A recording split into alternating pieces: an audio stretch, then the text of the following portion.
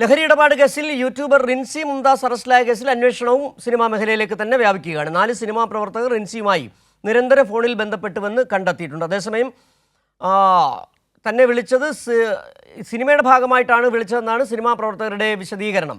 റിൻസിയെ നാളെ കസ്റ്റഡിയിൽ വാങ്ങിയേക്കും. വിവരങ്ങളുമായി ഇപ്പോൾ അമൽനാഥ് പാടിച്ചാൽ കൂടി ചേരുന്നുണ്ട് കൊച്ചിയിൽ നിന്ന്. അമൽനാഥ്, ഇപ്പോൾ കല്ലമ്പലത്തെ MDMA കേസും ചെന്നെത്തുന്നത് സിനിമാ മേഖലയിലേക്ക്. റിൻസിക്ക് ബന്ധമുള്ള 4 സിനിമാ പ്രവർത്തകരുണ്ടെന്നാണ് നേരത്തെ വിവരങ്ങൾ പുറത്തു വരികയും ചെയ്തത്. ഏതെങ്കിലും തരത്തിലുള്ള പേരുവിവരങ്ങൾ പോലീസ് പുറത്തു വിടുന്നുണ്ടോ നിലവിൽ?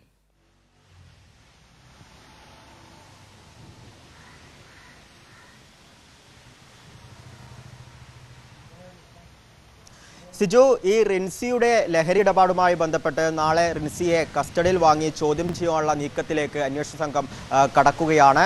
കഴിഞ്ഞ ദിവസങ്ങളിലൊക്കെ തന്നെ റിൻസിയുടെ ഫോൺ പരിശോധിച്ചിരുന്നു. ഈ ഫോൺ പരിശോധിച്ചതിൻ്റെ അടിസ്ഥാനത്തിൽ ഏറ്റവും ഒടുവിലായത് കഴിഞ്ഞ കുറച്ച് നാളുകളായി റിൻസിയുമായി നിരന്തരം ബന്ധപ്പെട്ടിരുന്ന 30 പേരുടെ ഒരു ലിസ്റ്റ് തയ്യാറാക്കിയിരുന്നു. ഈ 30 പേരുടെ ലിസ്റ്റിൽ 4ഓളം പേർ സിനിമ മേഖലയിൽ ഉള്ളവരാണ് എന്ന് പോലീസ് കണ്ടെത്തിയിട്ടുണ്ട്. അതിൽ ഒരു സംവിധായകനുണ്ട്, ഒരു യുവ നടിയുണ്ട് എന്നൊക്കെയാണ് നിലവിൽ മനസ്സിലാക്കാൻ വേണ്ടി സാധിക്കുന്നത്. എന്നാൽ ഇവരുടെ പേര് വിവരങ്ങളോ ഒന്നും തന്നെ നിലവിൽ അന്വേഷണ സംഘം പുറത്തുവിട്ടിട്ടില്ല. അതേസമയം എന്താണ് റിൻസിയുമായുള്ള ബന്ധം എന്ന കാര്യങ്ങളൊക്കെ തന്നെ ഇവരുമായി, ഈ 4 സിനിമാ പ്രവർത്തകരുമായി ചോദിച്ച് മനസ്സിലാക്കിയിരുന്നു. അപ്പോൾ ലഭിച്ച വിവരം ഈ സിനിമയുടെ, അതായത് പ്രൊമോഷൻ വർക്കുകളുടെ ഒക്കെ തന്നെ ഭാഗമായും ആണ് ഇത്തരത്തിൽ ഫോൺ കോളിൽ ഏർപ്പെട്ടത് എന്നാണ് അവർ നൽകിയിട്ടുള്ളത്. റിൻസി യൂട്യൂബറാണ്, ഇൻഫ്ലുവൻസറാണ്, ഒപ്പം തന്നെ സിനിമ പ്രൊമോഷൻ വർക്കുമായും അവർ മുന്നോട്ട് പോകുന്ന സാഹചര്യമായിരുന്നു ഉണ്ടായിരുന്നത്. അതിനാൽ തന്നെ ഈ സിനിമയുടെ പ്രൊമോഷന്റെ ഭാഗമായി തങ്ങൾ റിൻസിയെ ബന്ധപ്പെട്ടിരുന്നു എന്നാണ് ഇവർ 4 പേരും നിലവിൽ പോലീസിനോട് വിവരം നൽകിയിട്ടുള്ളത്. പക്ഷേ ഈ കാര്യം പോലീസ് വിശ്വസിച്ചിട്ടില്ല എന്നുള്ളതാണ്. അതായത് ഇവരുമായി ഏതെങ്കിലും തരത്തിലുള്ള സാമ്പത്തിക ഇടപാട് നടന്നിട്ടുണ്ടോ എന്നൊക്കെയാണ് നിലവിൽ ഇപ്പോൾ അന്വേഷണ സംഘം പരിശോധിച്ചുകൊണ്ടിരിക്കുന്നത്. ഇവരുടെ ബാങ്ക് അക്കൗണ്ടുകൾ അടക്കം പരിശോധിക്കുമെന്നാണ് നിലവിൽ മനസ്സിലാക്കാൻ വേണ്ടി സാധിക്കുന്നത്. അതേസമയം തന്നെ റിൻസി മറ്റു പലരുമായി, ഇപ്പോൾ ഈ വയനാട്ടിൽ നിന്നും MDMAയുമായി പിടിയിലായ വ്യക്തിയുമായി ഇത്തരത്തിൽ റിൻസി സാമ്പത്തിക ഇടപാട് നടത്തിയതായി കണ്ടെത്തിയിട്ടുണ്ട്. ഒപ്പം തന്നെ കോഴിക്കോട് ഒരു 10 ലക്ഷം രൂപയുടെ സാമ്പത്തിക ഇടപാട് ഈ ലഹരിക്കടത്തുമായി ബന്ധപ്പെട്ട് റിൻസി നടത്തിയതായി കണ്ടെത്തിയിട്ടുണ്ട്. ഇത്തരത്തിൽ നിരവധി പേരുമായി ലഹരിക്കടത്തിന്റെ ഭാഗമായി സാമ്പത്തിക ഇടപാട് റിൻസി നടത്തിയിട്ടുണ്ട് എന്ന് അന്വേഷണ സംഘത്തിന് മനസ്സിലാക്കാൻ വേണ്ടി സാധിച്ചിട്ടുണ്ട്. അത്തരത്തിൽ ഏതെങ്കിലും ഒരു സാമ്പത്തിക ഇടപാട് ഇവരുമായും ഈ സിനിമാ മേഖലയിലുള്ളവരുമായി നടത്തിയിട്ടുണ്ടോ എന്ന അന്വേഷണം 4 സിനിമാ പ്രവർത്തകരും ഇപ്പോൾ അന്വേഷണ പരിധിയിലാണോ പോലീസിന്റെ? കഴിഞ്ഞ ദിവസം തന്നെ നാളെയോ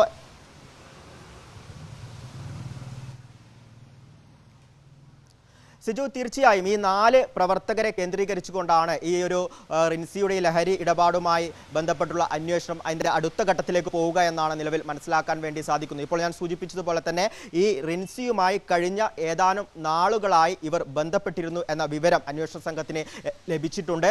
അത്തരം കാര്യത്തിൻ്റെ അടിസ്ഥാനത്തിൽ തന്നെയാണ് ഇവരെ കേന്ദ്രീകരിച്ചുകൊണ്ട് അന്വേഷണം മുന്നോട്ട് പോകുന്ന ഒരു സാഹചര്യം ഉണ്ടായിട്ടുള്ളത്. ഇനി അറിയേണ്ടത് ഇവരുമായി ഏതെങ്കിലും തരത്തിലുള്ള സാമ്പത്തിക ഇടപാടുകൾ നടന്നിട്ടുണ്ടോ എന്നുള്ളതാണ്. എന്നാൽ അത്തരം കാര്യങ്ങളൊക്കെ ഇവർ 4 പേരും നിഷേധിച്ചിട്ടുണ്ട്. തങ്ങൾ ഒരു തരത്തിലുള്ള സാമ്പത്തിക ഇടപാടും ലഹരി കടത്തുമായി തങ്ങൾക്ക് ഒരു ബന്ധവുമില്ല എന്നാണ് ഈ സിനിമാ പ്രവർത്തകർ ഇപ്പോൾ പോലീസിനോട് വിശദീകരിച്ചിരിക്കുന്നത്. പക്ഷേ അത് പോലീസ് വിശ്വസിച്ചിട്ടില്ല എന്നാണ് നിലവിൽ മനസ്സിലാക്കുന്നത്. അതിനാൽ തന്നെ ഇപ്പോൾ സൂചിപ്പിച്ചതുപോലെ തന്നെ ഇവരുടെ ഫോൺ പരിശോധനയ്ക്ക് വേണ്ടി എടുക്കും, അല്ലെങ്കിൽ പരിശോധനയ്ക്ക് വേണ്ടി വാങ്ങും എന്നാണ് നിലവിൽ മനസ്സിലാക്കുന്നത്. ഒപ്പം തന്നെ ഈ ബാങ്ക് അക്കൗണ്ടുകൾ കേന്ദ്രീകരിച്ചും പരിശോധന നടക്കും. ഏതെങ്കിലും രീതിയിലുള്ള ചാറ്റുകൾ ഈ സാമ്പത്തിക ഇടപാടുമായി അല്ലെങ്കിൽ ലഹരിക്കടത്തുമായി ബന്ധപ്പെട്ടുള്ള ഏതെങ്കിലും ചാറ്റുകളോ അല്ലെങ്കിൽ മറ്റ് വിവരങ്ങളോ ലഭ്യമാകുമോ, ഒപ്പം തന്നെ ഈ സാമ്പത്തിക ഇടപാടുകൾ നടത്തിയ മറ്റു വിവരങ്ങളൊക്കെ തന്നെ ലഭ്യമാകുമോ എന്നൊക്കെയാണ് നിലവിൽ പരിശോധിച്ചു വരുന്നത്. എന്തു തന്നെയായാലും ഈ റിൻസിയുടെ ലഹരി ഇടപാടുമായി ബന്ധപ്പെട്ട ഈ ഒരു അന്വേഷണം സിനിമാ മേഖലയിലേക്ക് വളരെ ശക്തമായ രീതിയിൽ തന്നെ എത്തിയിരിക്കുന്നു. സിനിമാ മേഖല കേന്ദ്രീകരിച്ചുകൊണ്ട് അന്വേഷണം പുരോഗമിക്കുന്ന ഒരു സാഹചര്യമാണ് നിലവിലുള്ളത്. ശരി, അമൽനാഥ് പാടിച്ചാലാണ് കൊച്ചിയിൽ നിന്നുള്ള വിവരങ്ങൾ നൽകിയത്.